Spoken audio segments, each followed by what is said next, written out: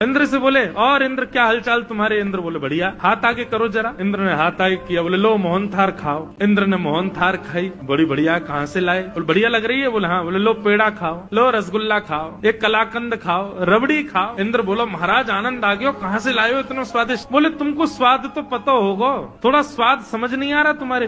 बोले थोड़ा थोड़ा ऐसा लग रहा है, मेरी हर वर्ष ब्रजवासी मेरी पूजा करते हैं ना, तो उनके प्रसाद को स्वाद बिल्कुल ऐसा ही रहे।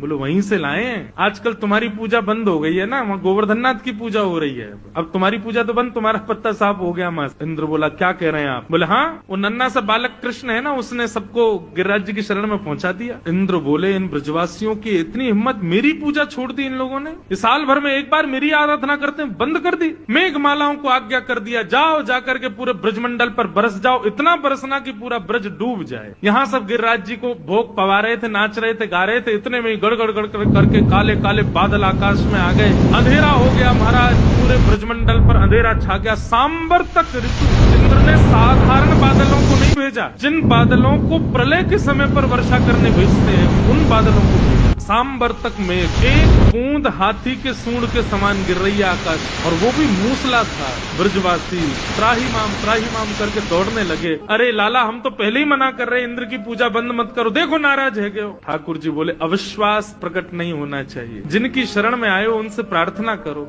सब ब्रजवासी घुटनों पर बैठ गए। सब ब्रजवासी नेत्र बंद करके हाथ जोड़ करके प्रार्थना कर रहे थे। इतने में ही हमारे बाल कृष्ण प्रभु गए, गिरिराज जी को प्रणाम किया। प्रणाम करके एक तरफ से दोनों भुजाओं से उठा करके भीतर प्रवेश किया, और प्रवेश करके 7 कोस लंबे चौड़े गिरिराज पर्वत को अपने बाम हस्त की इकन्नी उंगली के नख पर ठाकुर जी ने धारण कर। आ जाओ सब ब्रजवासियों, सब आकर के खड़े है जाओ, मैंने गिरिराज जी उठा लिए। सब ब्रजवासी दौड़े महाराज, लाखों ब्रजवासी थे। बीच में एक पर्वत के ऊपर ठाकुर जी खड़े हैं, चारों तरफ ब्रजवासी अपनी अपनी छड़ी लगा करके खड़े है गए। सबन ने अपनी छड़ी लगा ली और सब एक टक अपलक नेत्रों से ठाकुर जी को देख रहे हैं। लाला तेने इतना बड़ा गिरिराज पर्वत कैसे उठा लियो? ये तोपे तेरी उंगली पे ऐसे कैसे उठ गो गिरिराज जी? ये तो बहुत बड़ा पर्वत है लाला, 21 किलोमीटर लंबा चौड़ा पर्वत है। ठाकुर जी बोले हम जय जय हैं, आओ प्रणाम करो। ए मधुमंगल श्री राम, चला प्रणाम कर। बोले लाला तू जो कहेगो सो मान जाएंगे, लेकिन जे ना मानेंगे कि तू जय जय है। तू जय जय ना है, तू भगवान ना है लाला, तू तो हमारो लाला है, तू तो हमारो सखा है, तू तो हमारो मित्र है, तू भगवान ना है। तेने ये गिरिराज जी भगवान बन के नहीं उठाए, तू सही बता तेरी उंगली में शक्ति कहाँ से आई? ठाकुर जी के नेत्र बंधुओं सजल हो गए। कितने भोले, कितने सरल, कितने सहज ब्रजवासी, ये मानते ही नहीं है कि मैं भगवान। ठाकुर जी बोले बताऊं मैंने कैसे उठाए? बोले बता। बोले पहले आप सब अपनी छड़ी हटाओ। ठाकुर जी सब ब्रजवासी बोले लाला छड़ी हटा देंगे तो गिरिराज जी नीचे आ जाएंगे।